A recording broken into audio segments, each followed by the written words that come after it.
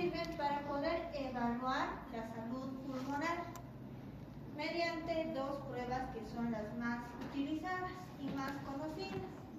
Entonces, vamos a evaluar la salud pulmonar con los componentes de la mecánica respiratoria mediante la espirometría. Existen dos tipos de espirometría, la espirometría normal y la espirometría forzada, donde llevamos a hacer distintos circuitos y vamos a verlos ya más adelante. Y tenemos una prueba para poder analizar el intercambio de gases. No permito que me graben, por favor. Pueden tomar apuntes. ¿Ya? El intercambio de gases. ¿Cuáles son los gases más importantes para nosotros? Más el dióxido de carbono y el oxígeno. El oxígeno, porque nosotros somos oxígeno dependientes, ¿no? Y el dióxido de carbono es un tóxico que tenemos que eliminar, es algo que formamos.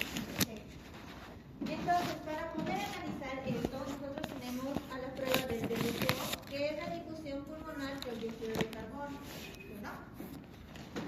¿Para qué también nos sirven las pruebas funcionales? Nos sirven para poder determinar el impacto funcional de la enfermedad respiratoria. Es decir, para poder llegar a un diagnóstico, tener una idea de la magnitud del daño que está produciendo esta patología respiratoria y también el seguimiento. Por ejemplo, la espirometría es el gol estándar para poder diagnosticar el asma y el EPO, que son patologías obstructivas. No sé si han escuchado de ello, del asma, se imaginan que sí. Dentro del EPO tenemos ciertas dos enfermedades que son las más representativas, por decir, que son el sistema y la respiración. Para poder saber la graduación del daño, tenemos que hacer un control por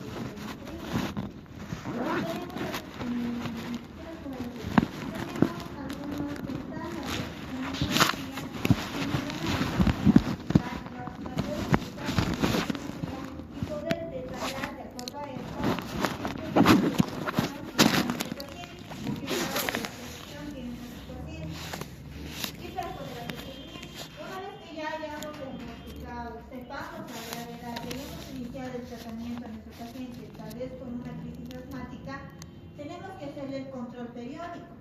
Podemos hacer el control, digamos, a la semana después de haber iniciado el tratamiento.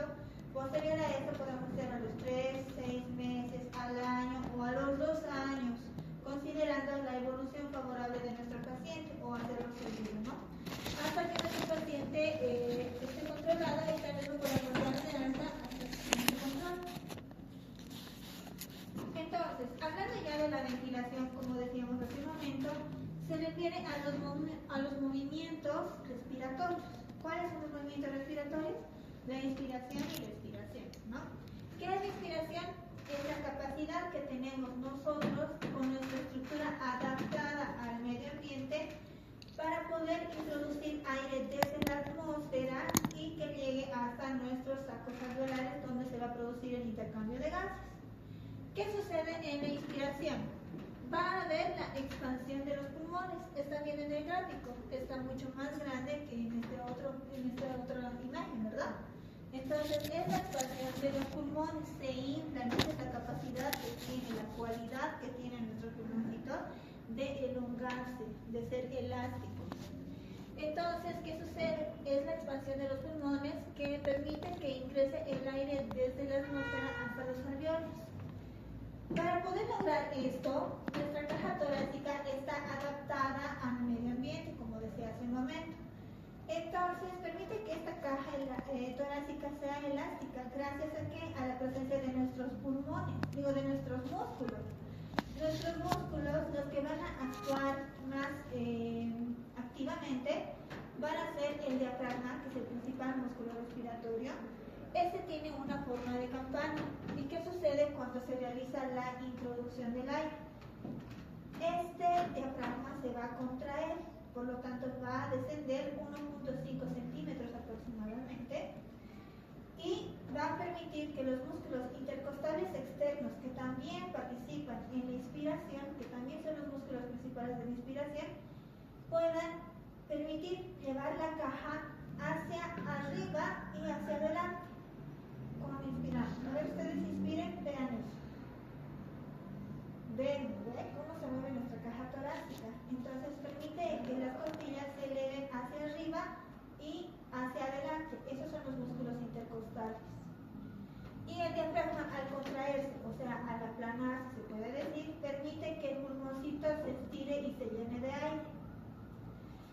Posterior a esto, tenemos nosotros la expiración. ¿Qué es? La expiración es el eliminar el aire o el sacar todo el aire que hayamos inspirado o que hayamos metido. Por lo tanto, el pulmón se va a hacer más pequeño, como estamos viendo en la imagen. Entonces, este es un movimiento pasivo en el que vamos a evaluar y vamos a poder identificar o evidenciar la capacidad que tiene nuestro pulmón de volver a la normalidad después de haberse estirado, esa capacidad elástica que le da la cualidad, ¿no? Entonces, aquí qué músculos funcionan? Aquí el diafragma vuelve a su lugar, aumenta de tamaño y también actúan aquí los intercostales internos que van a permitir que el tórax, existen los músculos abdominales, estos van a permitir que las vísceras vuelvan a su lugar, se expandan y por lo tanto va a aumentar la presión intraabdominal. Y esto va a permitir que los músculos intercostales puedan mover a las costillas hacia abajo y hacia atrás. A ver, boten todo el aire. Sienten cómo se pega el abdomen con la columna. ¿Lo ven? Esos son los músculos intercostales internos, ¿ya? También existen algunos músculos que son accesorios. Por ejemplo, cuando estamos con algún problema de alguna respiración, algún otro tipo de respiración, activamos otros músculos, como por ejemplo los músculos del cuello. El trapecio, están los escalenos y el musculoesquelético, que también son accesorios. En este punto tenemos también la actuación de la presión intrapleural. La presión intrapleural es negativa en una expiración pasiva y cuando es positiva, cuando la expiración es activa, ¿ya? Porque nosotros hace un momento he botado el aire, ha sido algo voluntario, ¿no? Entonces esa es cuando ya existe la presión intrapleural es positiva. En este momento en el que realizamos la inspiración y la expiración, si nos damos cuenta, es en cuestión de segundos, ¿verdad? Entonces, en esta cuestión de segundos va a producirse dentro de nuestros alvéolos el intercambio de gases. Entonces, depende mucho este intercambio de gases del tipo de movimiento ventilatorio. Si yo voy a tener una respiración superficial, probablemente no va a llegar el oxígeno de forma adecuada hasta los alvéolos y mi sangre va a ser desoxigenada, ¿ya? Y de las fuerzas elásticas pulmonares, si hay alguna alteración, puede ser algún problema neurológico, por ejemplo alguna distrofia muscular o algo que prohíba o que limite que mi pulmón vuelva a su normalidad, tampoco va a realizarse de forma adecuada la disminución de los gases, por lo tanto no va a haber ese intercambio, ¿no? Entonces, ya una vez ingresando a esto, podemos hablar de los volúmenes pulmonares. Los volúmenes pulmonares son la cantidad de aire que podemos movilizar nosotros. A eso se refiere a los volúmenes, ¿no? Y estos se van a identificar o se van a calcular con el tiempo en el que podemos movilizarlos y nos va a dar como una resultante el flujo. Esto es importante ¿para qué? Para poder realizar la espirometría, porque vamos a ver más adelante que existen dos variaciones que nos identifican, dos gráficas que nos identifican el espirómetro. Entonces, dentro de los volúmenes tenemos el volumen corriente como el principal, es aproximadamente de 500 ml y es la cantidad de aire que va a ingresar a los pulmones con cada inspiración y que también va a salir de los pulmones con una expiración normal.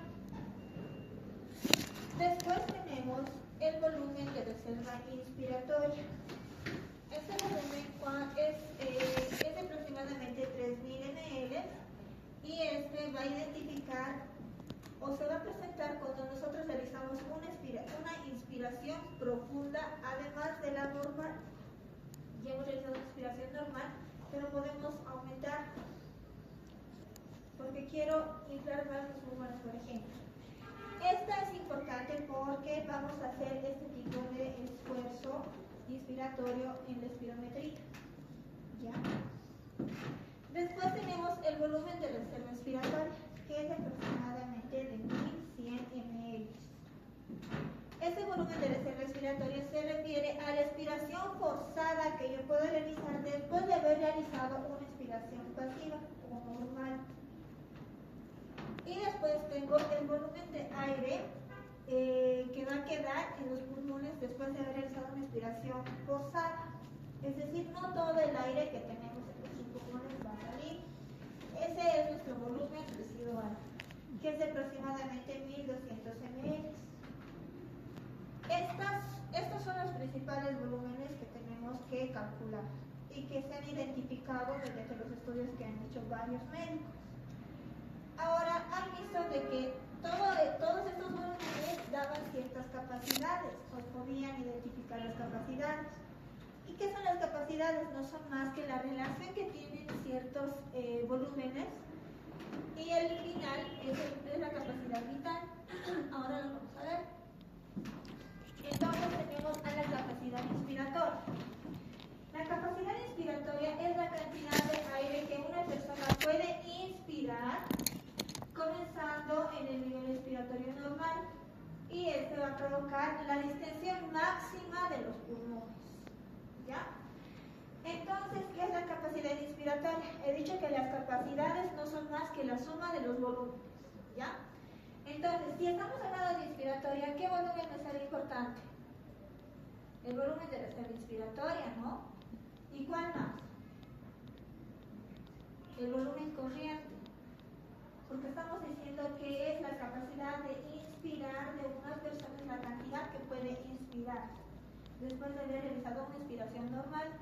El volumen corriente, ¿qué era? Lo normal, ¿no? Expiración e inspiración normal, la cantidad normal que se puede meter.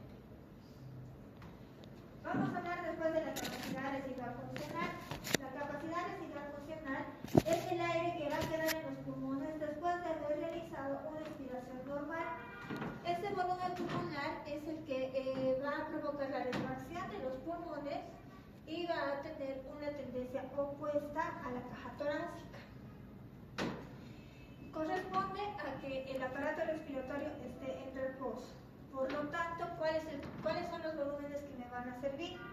El volumen de reserva expiratoria más el volumen residual.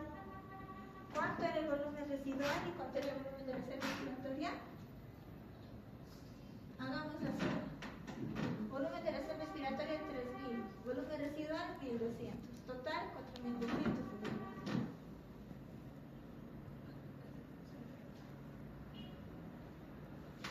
Ese es el inspiratorio. El de reserva expiratoria es de 1100. Ay, por favor.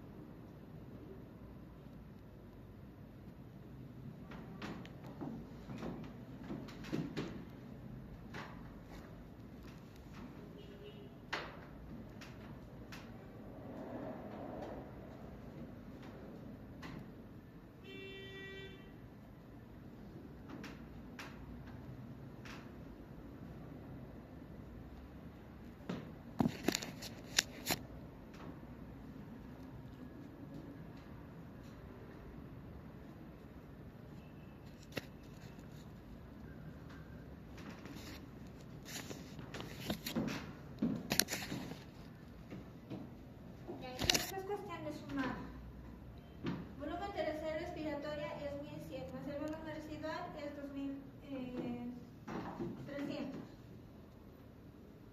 Nos salen 2300, ¿no? Después tenemos la capacidad vital, que es el máximo de aire expirado tras un esfuerzo inspiratorio que ya hemos realizado. Aquí tomamos en cuenta el volumen de reserva inspiratoria, el volumen corriente y el volumen de reserva respiratoria. La suma de todos estos volúmenes nos va a dar aproximadamente 4600 ml. ¿Ya? Después tenemos a la capacidad pulmonar total, que no es más que la suma de los 4 volúmenes. Todos los volúmenes son sumados aquí. ¿Qué nos va a calificar la capacidad pulmonar total? El máximo de volumen que puede ingresar a los pulmones después de haber realizado una inspiración máxima. ¿Listo? Estas son las gráficas que les he dicho hace un momento que son importantes para el espirómetro. Entonces, ¿qué hemos dicho? ¿Qué nos da el volumen con el tiempo? Nos da el flujo, ¿no? Entonces, vemos aquí que en la primera, en la línea vertical, nos vamos a identificar nosotros el volumen y vamos a calificarlo en litros. Aquí abajo tenemos el tiempo, que es en la línea horizontal y siempre se va a calificar en segundos. El espirómetro entonces tiene un inicio, va a tener un ascenso, una meseta y después va a tener un descenso. En esta curva o en esta curva que se va a identificar aquí, vamos a tener que medir aquí, por ejemplo, el volumen respiratorio forzado en el primer segundo, que es lo que nosotros vamos a pedirle al paciente. Cuando hagamos espirometría le tenemos que decir, bote todo el aire que ha metido, entonces el paciente tiene que botar en el primer segundo haciendo el mayor esfuerzo. Obviamente más adelante vamos a ver de que no es lo mismo, digamos, taparlo, obstruirlo o tal vez hacer una maniobra de Valsalva. La maniobra de Valsalva, ¿qué es? Así, ¿no ven? Entonces el paciente hace a veces esto, cree que está soplando, pero eso no es soplando. Ya vamos a ver más adelante que eso nos va a limitar la evaluación de todas estas capacidades. Nuestra capacidad pulmonar total es la que se identifica aquí, el volumen residual es lo que queda en el dicho después de la respiración. La capacidad vital es la suma de todos nuestros volúmenes, de tres volúmenes, el residual, el inspiratorio y el respiratorio, y el flujo expiratorio forzado, que es entre el 25 y 75%. Esto es el 5%, esto es el 25 y 75% aproximadamente, ¿no? Estas son algunas de las medidas que nos va a dar el espirómetro y vamos a verlas más adelante, obviamente. Después tenemos otra que es la curva flujo-volumen. Entonces va a relacionar los flujos máximos que se van a generar con los volúmenes dinámicos. ¿Cuáles son nuestros volúmenes dinámicos? El volumen de reserva, el flujo expiratorio forzado entre el 25 y 75%, el flujo expiratorio forzado, el flujo expiratorio forzado del 25, el P. Después tenemos la velocidad de flujo inspiratorio máximo. Aquí tenemos la línea de volumen, la línea de flujo de volumen tiempo, ¿ya? Nuestra capacidad pulmonar inicia aquí. Entonces, inicia aquí. Y toda esta curva es la que va a reflejar cómo ha hecho el esfuerzo respiratorio en nuestro paciente. El espirómetro nos va a identificar cómo está respirando nuestro paciente. Lo normal es tener una curva así, que dibuje una línea o que tenga una imagen triangular. En los pacientes que tienen obstrucción, por ejemplo, esta no va a descender jamás, ahí va a seguir manteniéndose. Y en la fibrosis o en las patologías intersticiales, cuando el pulmón es pequeño, no va a dibujarse toda esta línea, va a limitar el tiempo. El tiempo va a ser tiempo.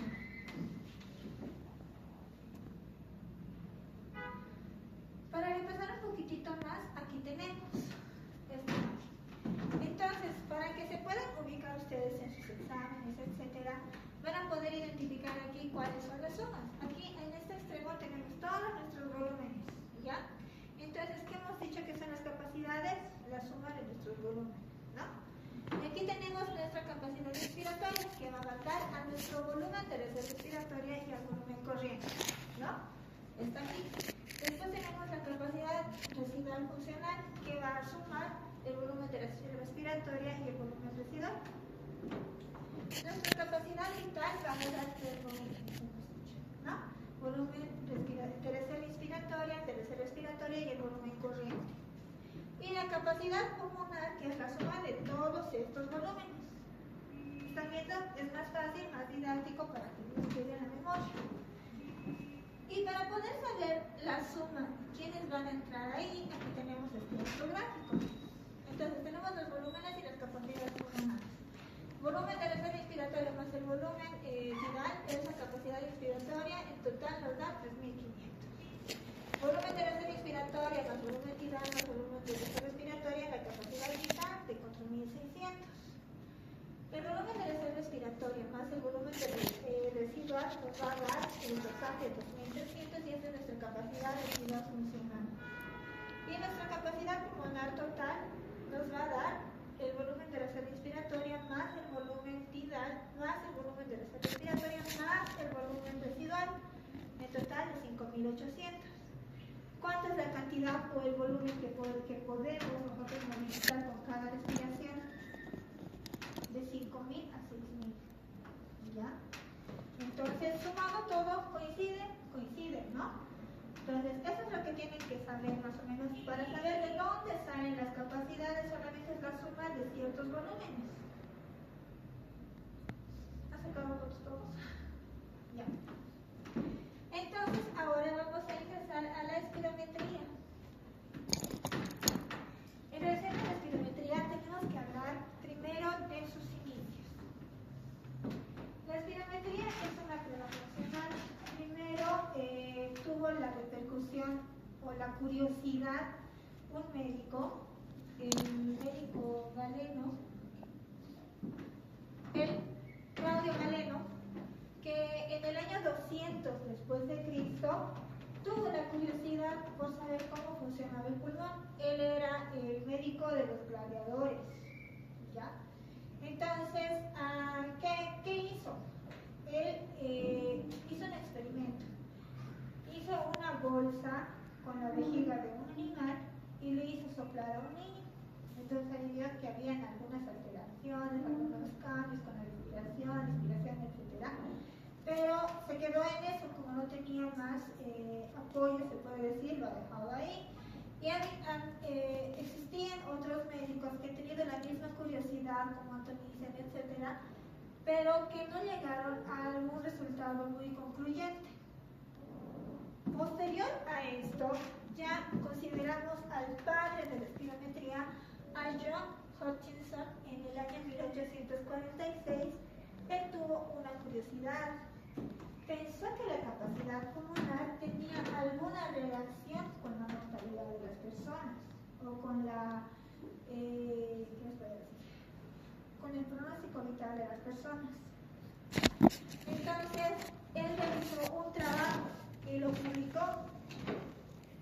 El trabajo se titula Sobre la capacidad de los pulmones y sobre la función respiratoria con miras a establecer un método preciso y fácil de detectar enfermedades por medio del espirómetro TransMed.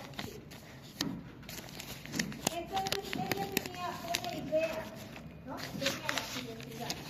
En este trabajo, él que explicó ya las capacidades y los volúmenes. Claro que no como ahora los conocemos. El primero habló sobre un volumen residual, habló sobre un aire residual, un aire respiratorio, habló sobre la frecuencia respiratoria y nos habló también sobre el aire complementario.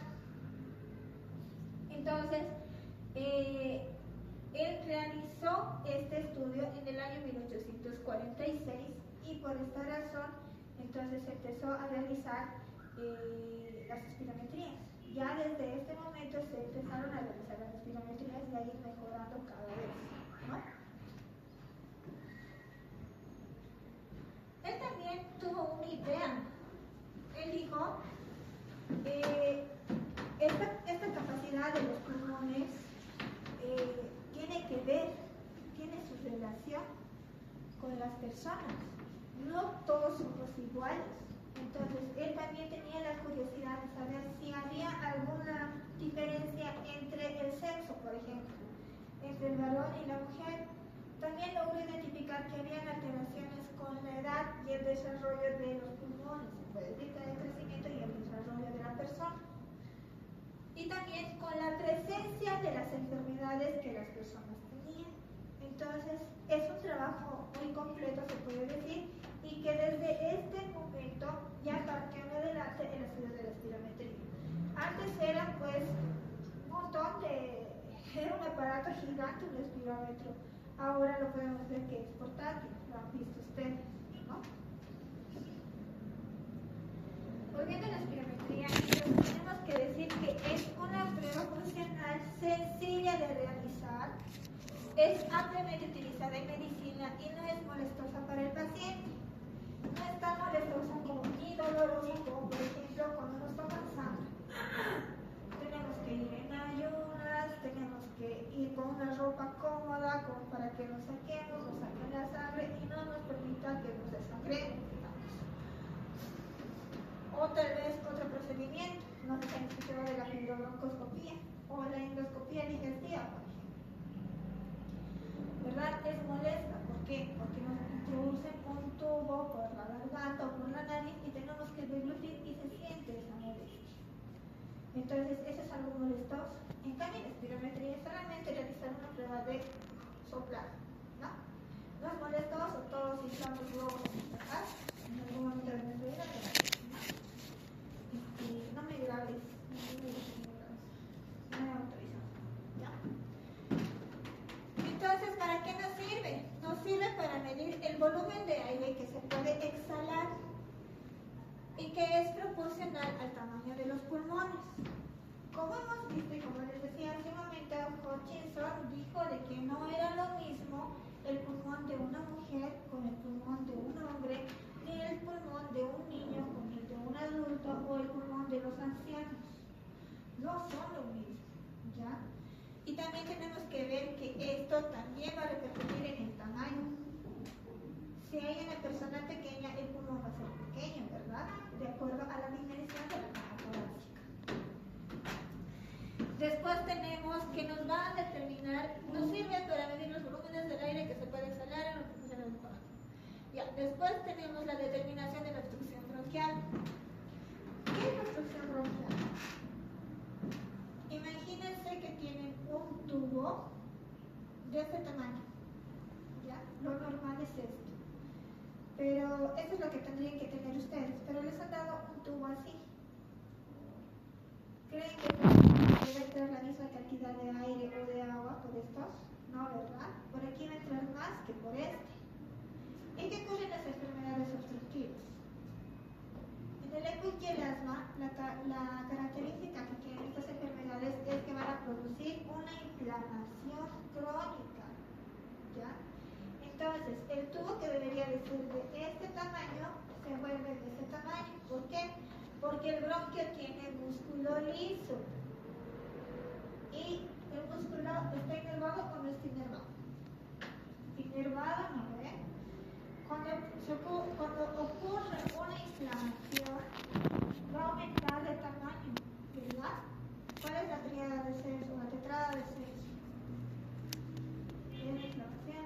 La tetrada de Celso es aumento de tamaño, ¿no ve? Dolor, tumor, calor. Entonces, existe el aumento del diámetro. La disminución del diámetro porque hay aumento de músculo liso y una inflamación. Entonces va a producir una obstrucción al flujo de aire. ¿Listo? Entonces para eso nos sirve la espirometría. Podemos identificar qué grado de obstrucción está. Y para esto tenemos ciertas tablas. Después nos va a determinar el tamaño de los pulmones. Si tenemos a un paciente que ha tenido tuberculosis, ustedes saben que es la tuberculosis, ¿verdad? Es una enfermedad que va a comérselo al pulmón prácticamente, se puede decir. ¿Por qué? Porque va a formar cavernas, va a formar cicatrices que van a hacer que el pulmoncito sea más pequeño, ¿no? Entonces, nuestro pulmón va a ser igual que de una persona sana, de una persona tuberculosa, ¿no? ¿Verdad? Al formar cavernas está consumiendo parénquima, ya ese lado ya no sirve, ¿o sirve? No sirve, ¿no? Hágase la herida, ¿va a ser lo mismo? No va a ser lo mismo. Entonces, para eso nos ayuda a identificar el tamaño de los pulmones. Ahora, la silicosis pulmonar, ¿qué es? El pulmón se va volviendo como cartón. Al volverse como cartón, ¿sirve o no sirve? No sirve, ¿no ve? No hay un lugar donde se pueda realizar el intercambio de gases. Por lo tanto, el pulmón se hace más pequeño. Y esto nos va a identificar las patologías restrictivas. Pero para poder yo realizar el estudio de la espirometría, tengo que estar de acuerdo a normas. No voy a hacer yo a mi criterio, ¿verdad? Entonces, como en todas las cosas de medicina, tenemos que tener consensos. El primer consenso censo lo llevaron a cabo en el año 1978 la Asociación del Tórax, ¿ya? Que es una de las principales entidades que autoriza realizar estos estudios y que se encarga de estudiar y de evaluar y controlando todo lo que tiene que ver con la patología respiratoria y torácica, ¿listo? Incluso cardíaca. Entonces, con todo lo que está en nuestro tórax, por decirlo. Este se actualizó y logró formar un consenso en el año 1994. Y la última actualización que nos sirve y es valedera para nosotros para poder tener en cuenta los parámetros de gravedad, de diagnóstico, etcétera, es la que ha salido el año 2005, que nos dice sobre los estándares de la ATS-ERS del año 2005, como les decía. Entonces, nuestra espirometría, que nos permite evaluar los volúmenes pulmonares que se pueden movilizar con la respiración. ¿Listo? Esa es la definición de nuestra espirometría. Ya hablamos de historia y aquí tenemos que hablar ya sobre la espirometría. El trabajo de Hutchinson entonces nos dijo de que no es lo mismo el pulmón de una persona con la otra. Tenemos más, por ejemplo, en el caso del sexo, o del sexo masculino, es 30% mayor que el de la mujer. ¿Por qué? Por las características del tórax. El tórax del hombre es mucho más ancho. El cambio de la mujer es más delgado. Incluso la forma de las clavículas es distinta. Nuestra física de las mujeres, el físico de las mujeres es mucho más delicado, se puede decir, o más pequeño en relación al del hombre. Por lo tanto, este hombre va a tener mucha mayor capacidad pulmonar que la mujer. La altura, como les decía, no es lo mismo una persona que mide tal vez 1,50 con una que mide 1,80, ¿verdad? Depende mucho del tamaño de la caja torácica, hemos dicho. ¿Va a tener el mismo diámetro? No va a tener las mismas dimensiones su caja torácica de esa persona de 1,80 con la de 1,50. Por lo tanto, los pulmones no van a ser del mismo tamaño, van a ser más pequeños en esta persona que en esta otra persona, ¿no? Después tengo que tener en cuenta que puede haber algunas patologías que hagan que los pulmones sean pequeños, como por ejemplo la respiración anexia. Si este paciente tal vez tenía un quiste aquí en la región basal, o tal vez tenía un enfisema y ha desarrollado una bula o un bleb, que son colapsos alveolares que dejan un hueco, se puede decir, en el pulmón, y ha tenido que reseccionar esa zona, va a ser lo mismo el tamaño de este pulmón con este otro. No va a ser lo mismo, ¿no? Estoy indicando que tal vez nos hecho una lobectomía, no estoy fijando lo que nos está haciendo, no le va a ser, ¿no? No hay. Entonces también ha dicho de que tenemos una relación con la edad. Ustedes que están ahorita entre los 20 a 30 años tienen el desarrollo al 100% de sus pulmones. Trabajan con total normalidad y en sus mejores capacidades. Nacemos con un pulmón inmaduro. Ustedes ya más adelante van a ver que incluso para nacer tenemos que administrar a un niño prematuro la dexametasona. ¿Para qué? Para que nos ayude a la maduración pulmonar, ¿ya? Por lo tanto, nacemos con pulmones inmaduros. Estos se van desarrollando conforme pasa la edad. A los 20 a 30 años están a full, están al 100, están completamente desarrollados. Pero va a tener solamente un periodo de meseta. Y después de los 40 años ya vamos a empezar a decaer.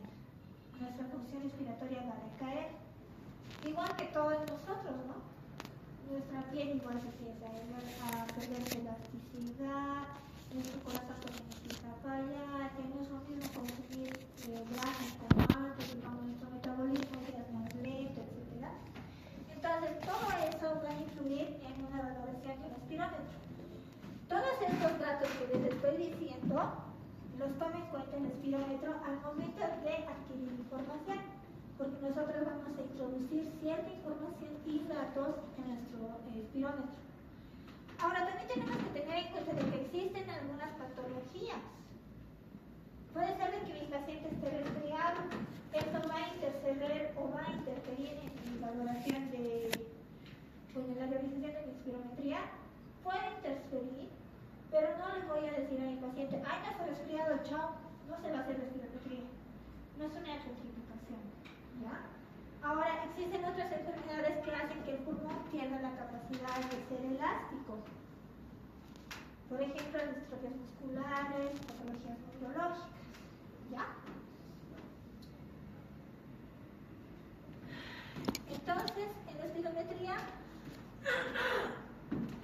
nosotros analizamos los volúmenes pulmonares dinámicos. Tenemos entonces en nuestro reporte de espirometría algunos datos que para nosotros son importantes. Uno de ellos es, por ejemplo, la capacidad vital forzada. La capacidad vital forzada es el volumen total que el paciente va a expirar mediante una inspiración forzada máxima después de haber llenado los pulmones al máximo. ¿Ya? Entonces, ¿qué es la capacidad vital forzada? Es lo que bota el paciente. El flujo del aire en la parte media de la expiración forzada es el 25-75. Tenemos un 100%, entonces el que está en medio es el 25-75. Esto es importante para que nos va a dar el grado de obstrucción de la vía aérea pequeña. ¿Ya? Después tenemos la relación entre el volumen expirado en el primer segundo, que también no está aquí, pero también es importante. ¿Cuál es la maniobra de la espirometría? Nuestro paciente va a respirar normal y en algún momento nosotros le vamos a decir meta aire. Entonces el paciente va a inspirar al máximo, va a inflar sus pulmones al máximo. Meta aire. Y se va a quedar ahí. Le vamos a decir que se mantenga y en algún momento nosotros le vamos a decir bote todo el aire. Estamos explicando a nuestro paciente que tiene que sacar todo el aire que ha metido en el primer segundo. No es hacerlo así. Eso no es esfuerzo, ¿o sí? ¿No? ¿Lo ven? Entonces, ¿qué es esfuerzo? Hacer esto, ¿no? Y en el primer segundo. Obviamente nuestro paciente no tiene que hacer así, como yo he hecho hace un momento. Eso es malo, no es bueno. ¿Ya? Y la relación de este volumen expirado en el primer segundo con nuestra capacidad vital forzada. Entonces tenemos que es la relación entre el volumen expiratorio en el primer segundo respecto a la capacidad vital forzada, y este valor es patológico si es que es inferior a 0.7. ¿Ya? Los volúmenes que están entre el 80 y el 120% son normales para nosotros de acuerdo a nuestra tabla de normalidad poblacional. Entonces, para poder realizar la espirometría, nosotros tenemos que evaluar tres cosas. Primero, el área de intercambio gaseoso, que es donde se va a realizar el intercambio de gases, o sea, el epitelio alveolar y el endotelio capilar. El endotelio capilar es la formación de los vasos que van a llegar hasta el intersticio, desde donde se va a desplazar el dióxido de carbono que está diluido y va a entrar hacia los alvéolos para después pasar por un gradiente de presiones, cambio de presiones de los gases, hasta nuevamente pasar a la circulación y a ir como oxigenada la sangre, ¿no? Entonces, tenemos una superficie aproximadamente, vamos a ir por partes. Vamos a hablar de la vía de conducción desde el exterior. Entonces, ¿cómo ingresa el aire a nuestros alvéolos? Primero tenemos la importancia de la vía aérea superior, que está formada por la nariz, la faringe y la laringe. ¿Cuál es la capacidad de nuestra nariz? ¿Cuál es la función? La función principal que tiene nuestra nariz es de humidificar, filtrar y calentar el aire.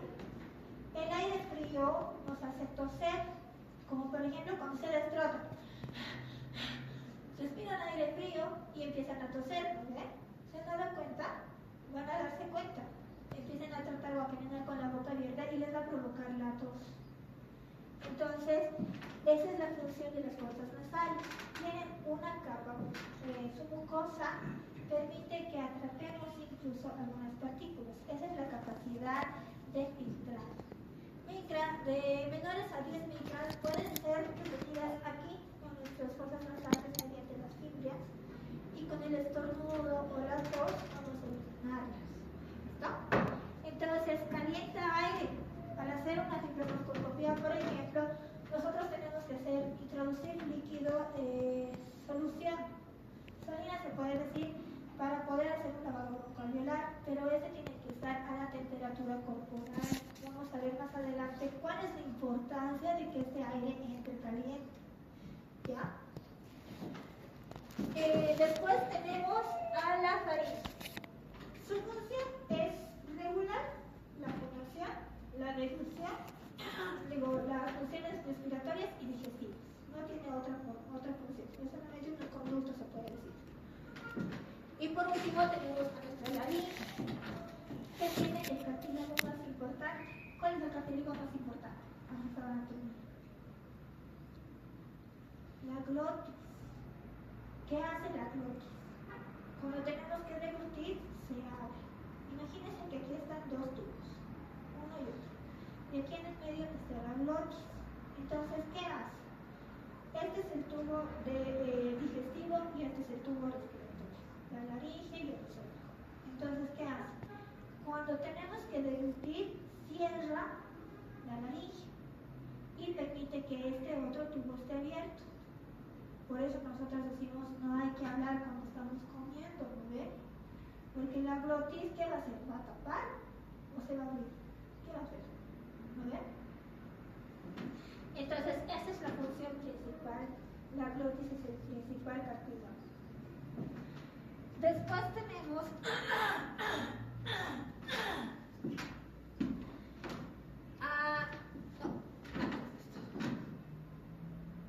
tenemos a nuestra vía de conducción.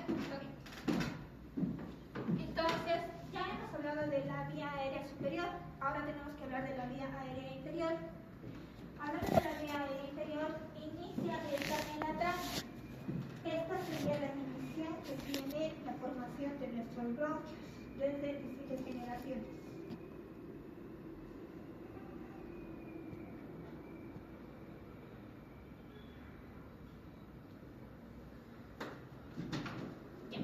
Entonces tenemos nuestra generación C, que es la tráquea. ¿La tráquea qué es?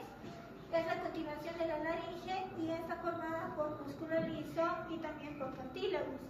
Tengan en cuenta de que es importante saber esto, que está formada por músculo liso, porque ¿qué hemos dicho que es la característica de las enfermedades obstructivas? Al tener músculo se inflama, ¿no? Entonces tenemos nuestra generación 0 del árbol bronquial. Después vamos a tener nuestra generación 1. Nuestra tráquea se va a dividir a nivel de la carina en dos estructuras, en los dos principales bronquios.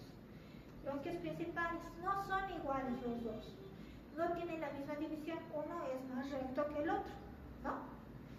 Estos bronquios principales van a ser nuestra primera generación de bronquios. La segunda generación van a ser nuestros bronquios lobales. Cada uno de estos bronquios principales se va a dividir para los siguientes lóbulos del pulmón, como vemos aquí. Lóbulo superior, lóbulo medio y lóbulo inferior en el lado derecho. Y en el lado izquierdo tenemos a nuestro lóbulo superior y nuestro lóbulo inferior. Posterior a esto, nuestro bronquio, como arbolito y como ramita, se va a volver a dividir.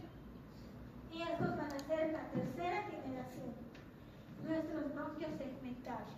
Entonces van a ir a cada uno de los segmentos de los pulmones. Hemos dicho que tenemos 3 lóbulos. Y aquí están viendo de que tenemos distintos segmentos en el lado derecho. Tenemos 10 segmentos en el lado derecho del pulmón y 8 segmentos en el lado izquierdo del pulmón. Y así constantemente se van a ir dividiendo los bronquios hasta llegar a los bronquios terminales que están en la generación número 16.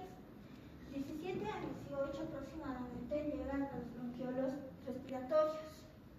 Estos van a terminar en los conductos alveolares. Aquí ya va a empezar la zona del intercambio gaseoso.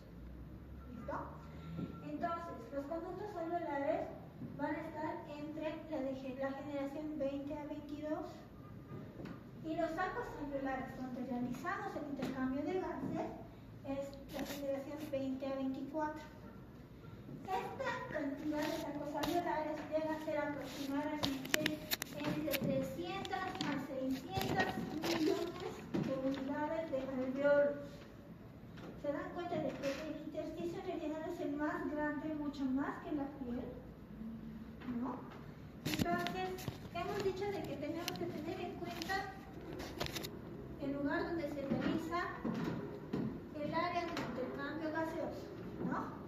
Entonces, tenemos que tener en cuenta que para cada célula endotelial del endotelio vascular tenemos que tener, para cada célula del epitelio alveolar, por lo menos tenemos que tener 4 células endoteliales, ¿ya? Y el alveolo está formado por células.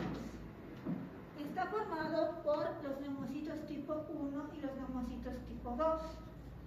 Los neumocitos tipo 1 se van a extender por toda la superficie del alveolo y van a permitir el intercambio de gases.